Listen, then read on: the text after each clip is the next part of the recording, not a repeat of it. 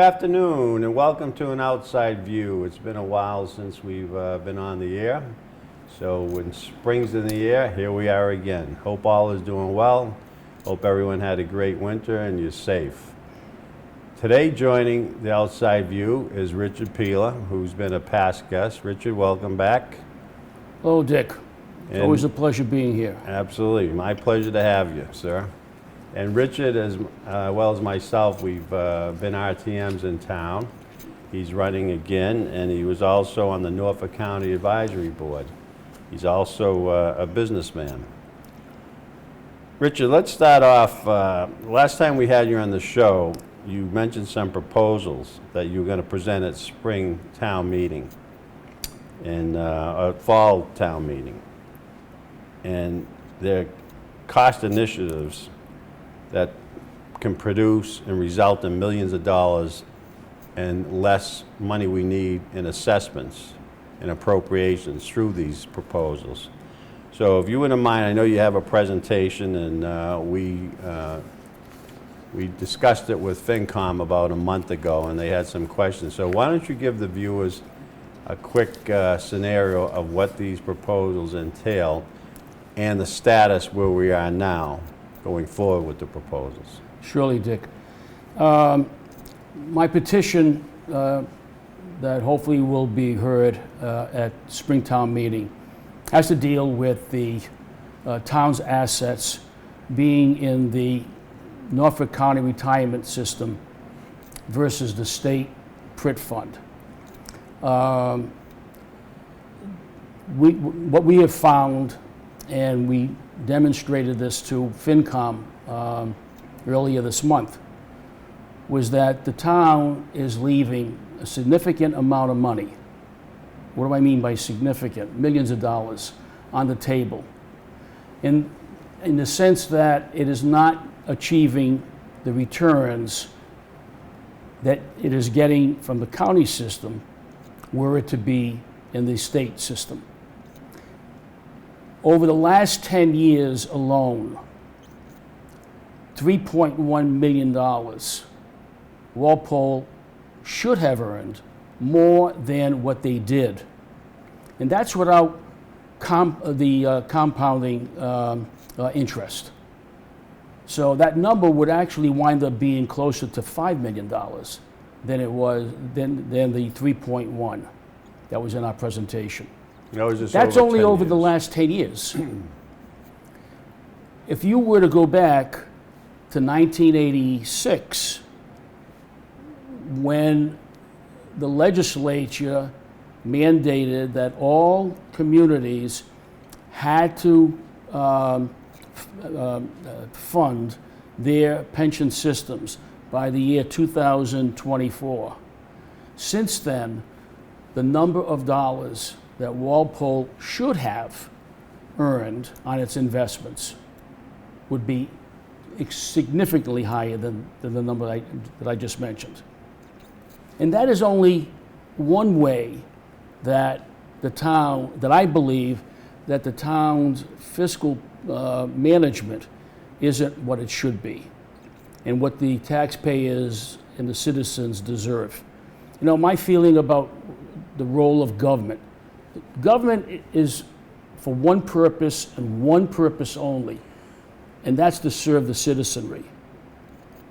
And one of the things that too many elected officials, and it's not just in Walpole, it's across the United States, is that they are custodians of the taxpayer dollars.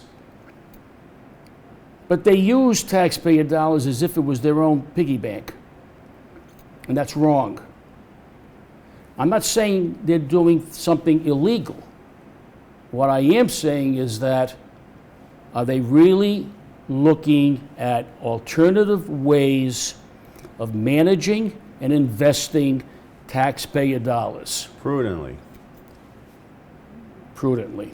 Now let's explain to the viewers the magnitude and numbers here. So over the last 10 years, it would result in over $3 million, the excess earnings that were roughly 51 basis points. Correct. Now, for the viewers, Walpole's component in the Norfolk County retirement system is $50 million. And Richard is saying, going back to 1986, there was a differential between the state PRIT funds return and Norfolk County of 0.81 basis points. That's getting close to 1%. So if you do the math for 35 years on that differential, plus the compound interest effect, you're talking millions and millions of dollars. And Tens of millions of dollars. Tens of millions of dollars. And what does this mean to you taxpayers? Just to give you a quick background, pensions are funded 3 different ways: from employer contributions, which are appropriations and funded by the taxpayers, employee contributions, and investment earnings. So obviously, if investment earnings are higher and you can achieve them in the state fund, that's less appropriations that you have to fund through tax dollars that you, the taxpayer, has to foot the bill. Now, employee contributions are pretty much capped out right now.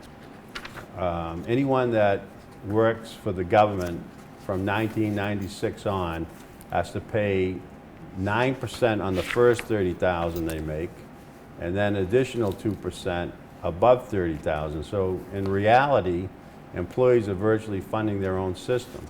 To give you an idea what it means in taxpayer appropriations and assessments that Norfolk County charges the town of Walpole as employer contributions to fund this system by the year 2028 is been increasing every year by almost $1 million. The last 2 years, in 2019 and 2020, Walpole's town assessments were over $5 million. Over $5 million. And now that the actuarial rate, which is the amount they have to earn every year for a fully funded system, the expectations for this, even the state, have dropped from 8.5% to 7.15%, which means that money's got to come from appropriations. So it's another increase in your tax dollars. So with that, Richard, where do you stand now? Is Walpole able to just transfer the money into the state fund? Or? No.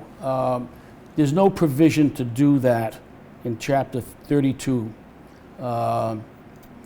So yesterday, we met with a member of the General Court from the House of Representatives here in Massachusetts, who will be sponsoring legislation to make it possible for towns like Walpole in Norfolk County that would be able to establish their own retirement board, which doesn't mean that the board has to actually manage the funds, but it has the right to assign its assets from Norfolk County retirement system to the state PRIT fund.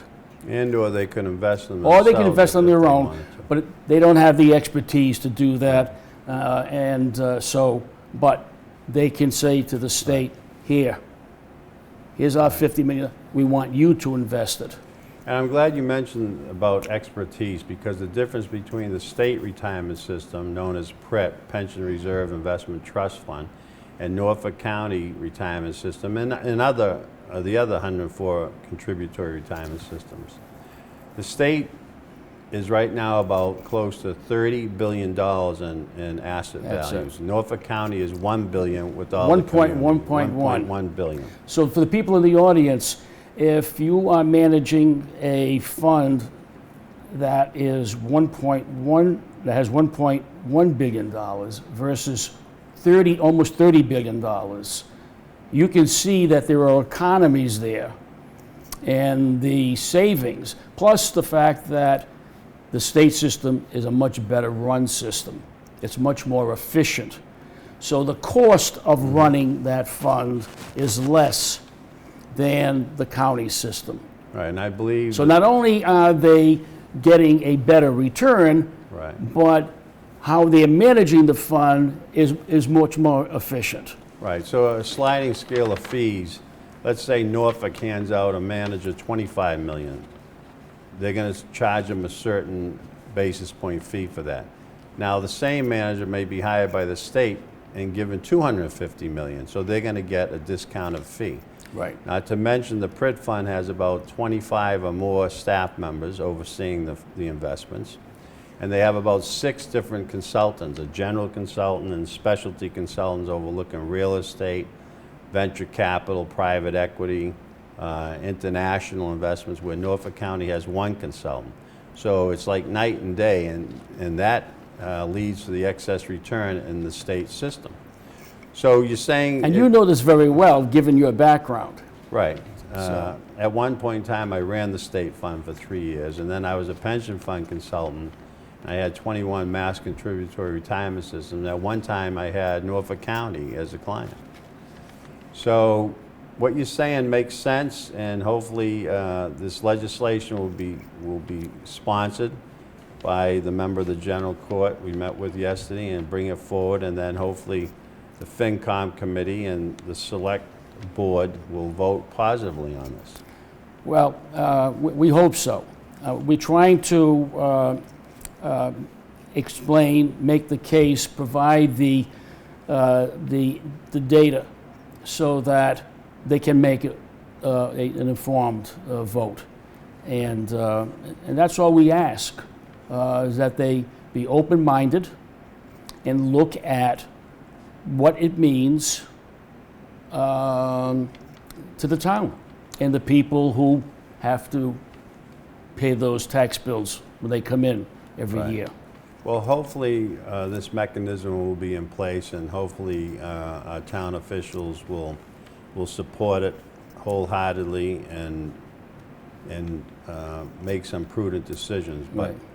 But you know, again, being realistic, it's going to take time, because Beacon Hill has a process, and sometimes that process can be dragged out. But there are things today that the town could be doing immediately that doesn't have to go through the legislative process on Beacon Hill. Such It as, could besides joining the Pritt Fund, it could join the state GIC, also the state OPEB trust fund. so let's explain to the viewers, state GIC is the state-run healthcare system, Right. compared to Walpole, that's in a regional system with Right. other surrounding communities. So the basis and the basic principle is, with the state fund, the state GIC, you have 450,000 employees versus maybe, I don't know, maybe 10,000. So again, Yeah, you get a not volume even. discount. And I understand you don't sacrifice providers either. They basically have the same healthcare providers. Their copay may increase slightly, but their overall premiums will go down, and this will be an additional saving for the taxpayers. The OPEB, which is an acronym for Other Post-Employee Benefits, what that means basically is every year the town of Walpole has to set aside funds. It goes between $350,000 to $500,000 a year to fund the future retirees. So what we believe is happening now, after we did some research, is these monies have been invested in local banks, making minimum returns of maybe 25. Well, we think We they're think. invested in Right. local banks. We don't know, We because haven't whenever got the we ask answer. the question, Right, we'll get back to you on that. right. And So what they can that's the do- common refrain. All right, and I believe overnight interest rates, money market accounts are paying next to zero. They're paying 0.25%. However, the state treasurer set up this OPEB trust fund that the assets are diversified, just like the Pritt Fund, and they're getting maybe 8, 9, 10% a year. So the bottom line is, Look, it requires less tax dollars and appropriations Right. to pay for these future retirees' health insurance. and then the other avenue where we can better manage taxpayer dollars is zero-based budgeting. And this is something that I brought up, I don't know, I remember when I was on town meeting. I brought it up a few different times.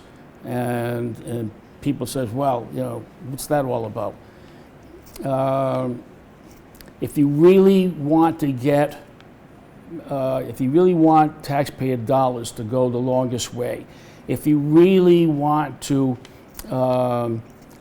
make sure that your tax dollars are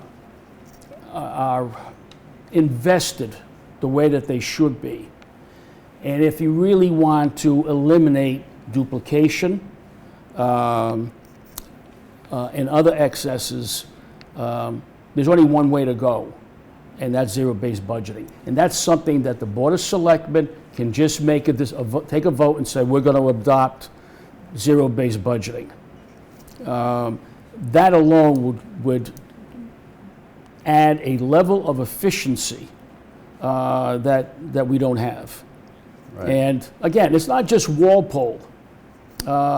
Most communities operate the same way. But that's that many more communities where we should be getting a lot more for our dollars than what we're getting. And I understand that there is going to be an override this year. Well, think about it.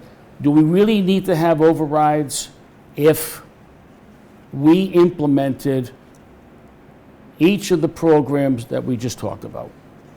What's the override going to be about? Well, I believe it has to do with the proposed middle school. Okay, and when is that election for the override? Well, that's the other thing that voters should be very, very concerned about. Our local elections are scheduled for June 5th, Saturday, June 5th. And historically, whenever there's been a vote for override, they've gone down.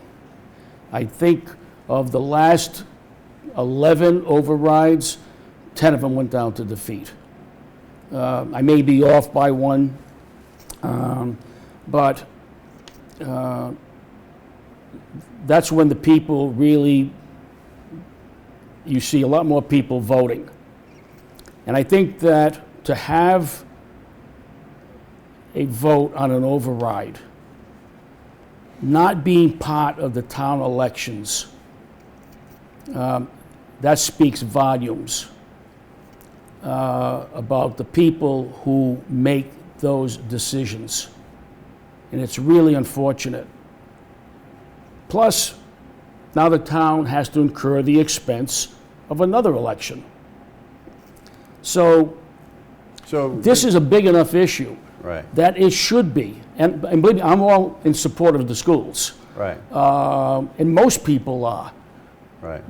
But the decision, when you're talking about that significant a price tag, Right, should be up to the voters, right. not a handful of people.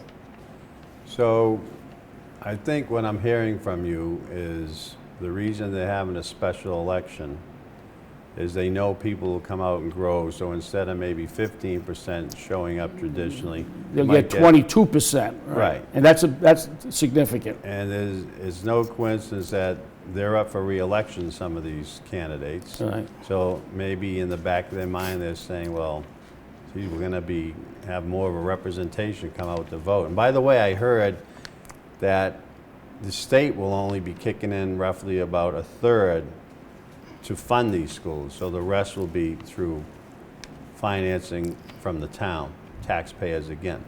Usually the state picks up significantly more than a Right. third. Right, well, as we know, the state's revenues are substantially off because of COVID, Correct. as the town's revenues are. Getting back to the FinCom call that we had a couple weeks ago, some members had some additional questions. They're going to get back to us with these questions.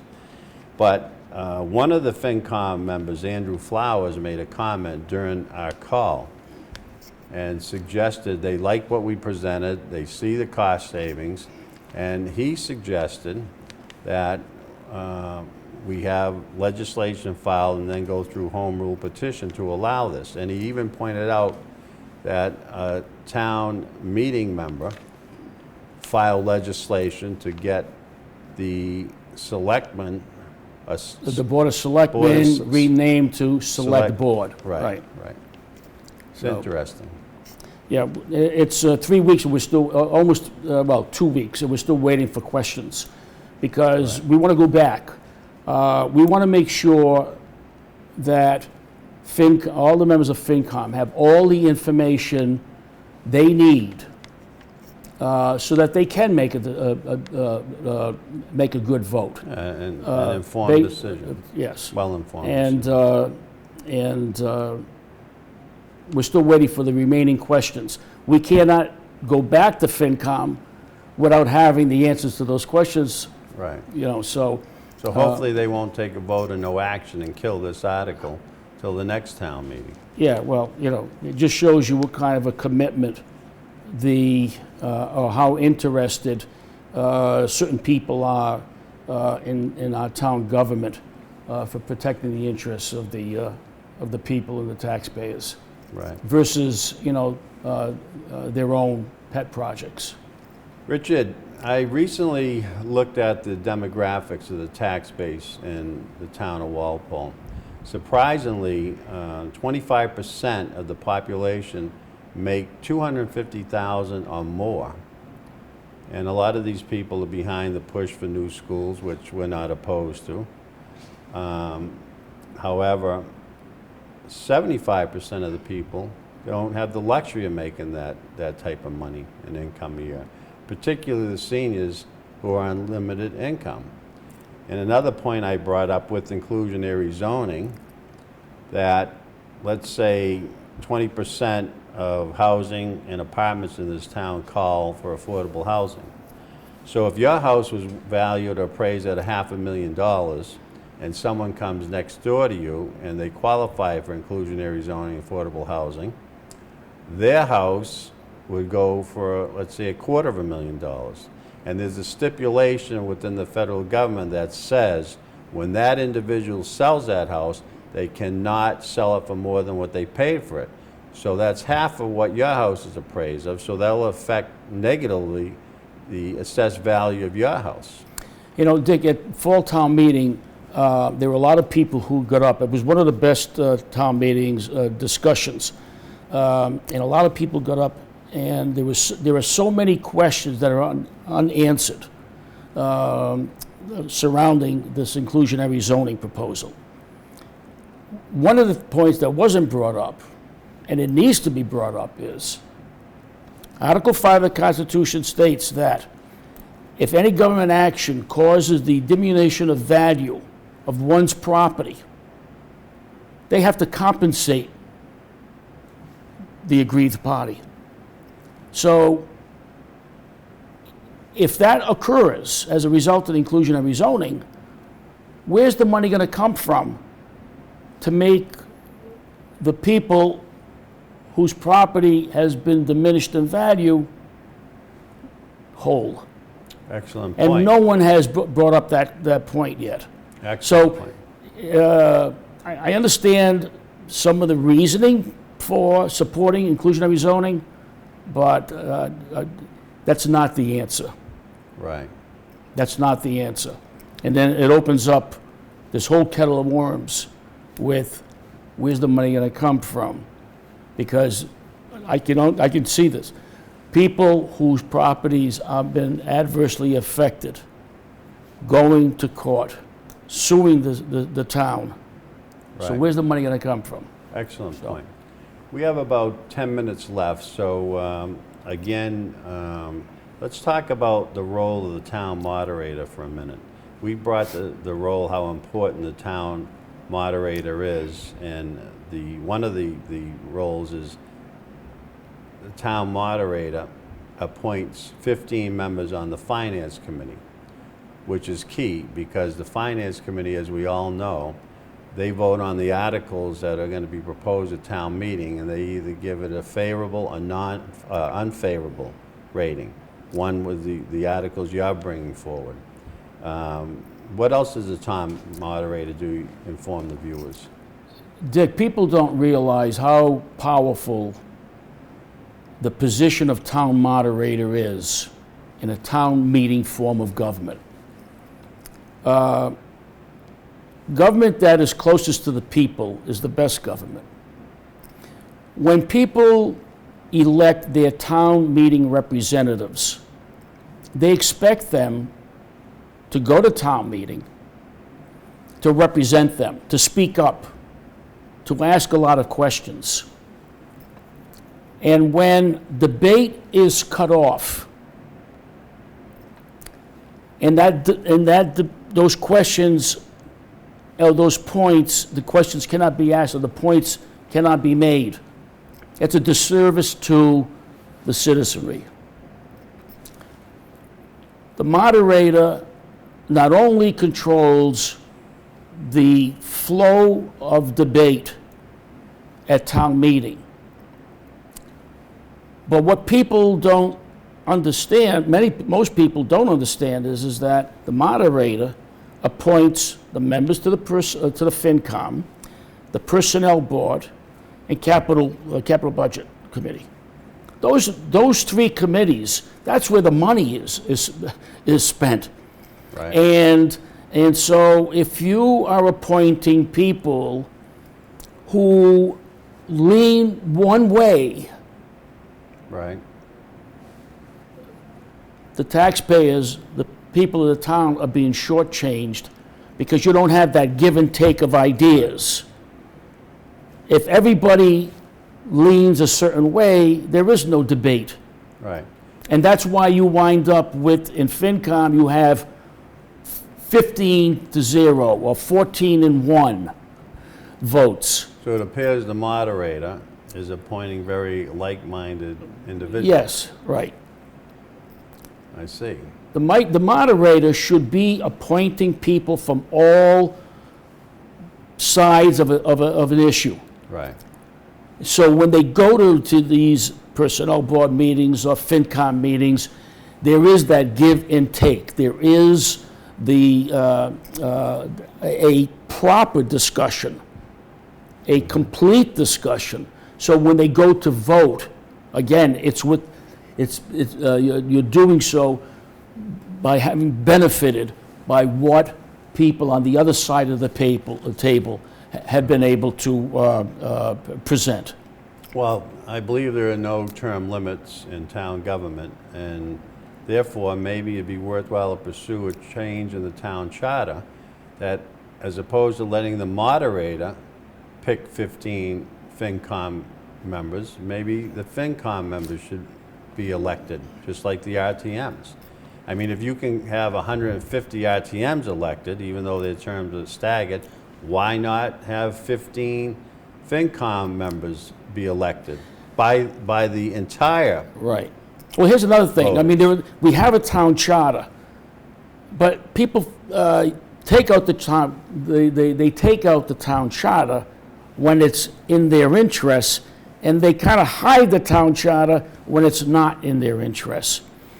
Clearly, in the town charter, it says that if you are a close association benefits by something that is before town meeting, you have to recuse yourself. Now, in the spring, when we have all of the money issues, most of the money issues, there are town meeting members who are voting on articles where they would receive a direct benefit. That's contrary to what the charter states, and there are other examples. So yes, I think the time has come to really have a reading of the town charter and making sure everybody understands what you can and cannot do. Right. We have about 5 minutes left. By the way, I want to applaud you and your efforts for bringing these proposals forward for prudent investment decisions that directly impact you, the taxpayers in our town. And we will keep you informed on additional shows in the future of how we're making out with these tax-saving measures. So Richard, I want you to spend a few times, and you can look into camera one, and tell the viewers out there why they should vote for Richard Peeler as representative town meeting member. Well, Dick, I had the honor of serving on town meeting for 6 years. I ran for re-election last year and lost by a few votes, 9 votes. And so I've been out of town meeting for the last year. But I feel I'm running again for town meeting for Precinct 7. And hopefully I'll get enough votes in order to be seated in town meeting. But I'm running because there are a lot of issues before the town, whether it's the inclusionary zoning, the construction of a new middle school, how taxpayer dollars are being managed, whether or not seniors can afford to stay in the town that they've been living in for 30, 40, 50, 60 years, that they raised their families, they raised their children and are seeing their grandchildren. And that's an unfortunate thing when people who have invested so much in the town and have contributed to making the town to what it is, and they can no longer live in that town. That's not how we want to be treating people. So all the more reason why we have to be optimally diligent and looking at how we invest taxpayer dollars, where we spend the money, are we sharpening our pencils enough? Are we really watching out for those dollars? Because when you don't, you have to raise taxes. Right. And these proposals... And that's the reason why I'm running. I'm a fiscal conservative, Right. and I'll give it one more shot. Hopefully get elected on June 5th. People who believe in what I believe in, hopefully you'll go to the polls and you'll vote, and I'll do the best job I can on your behalf. Excellent. And by the way, I'm up for re-election as well. You are in Precinct 3. Yes. Right. So that'll be my second term. I served 3 years already. Time flies by when you're having fun. Oh, yeah. But as a direct result of these cost-saving proposals that you're submitting that hopefully will be adopted and come to fruition, you can save on the taxes and appropriations required that the town has. And not to be redundant again, you viewers, but I just want to remind you once again, since 2019, your taxes have gone up 3.8%, 2.5%, which is the maximum allowed under Proposition 2.5, and the excess and increased assessments on your home. That's great if you're going to sell your home, but if you're not, you're paying additional taxes. And in addition, with the CPA tax that we discussed, The that Community might Preservation increase- Act, right. Right, And that's another taxes. issue. That is going to be coming forward. Right. There are people in town who, and members of the Select Board, who are proponents of that. And it's one of those things that they just want to ram through. And that's an additional 3% in taxes. And that's something, that is an issue that should go before the voters. That's a decision that should not be made by the Select Board or town meeting. Right. That is something that should go on the ballot. Good And the point. people should decide if they want it or they don't want it. Right. And the average home, one other statistic I looked at, the average home now is rapidly approaching $8,000 a year in taxes. I mean, if you're making... On average. On average. On if you're average. making $100,000 a year, which is a decent salary even today, you're talking almost 10% of right. your gross salary. That's right. Pretty soon it will not be any longer sustainable. And Right. then you'll have people move out, and who knows what's going to happen. Right. Well, we're out of time, Richard. Once again, I really appreciate and applaud your efforts, and we wish you the best of luck in your election for Representative Town Meeting. from Precinct at 7. Precinct 7. Get out and vote, people, on June 5th, and until the next outside view, stay safe.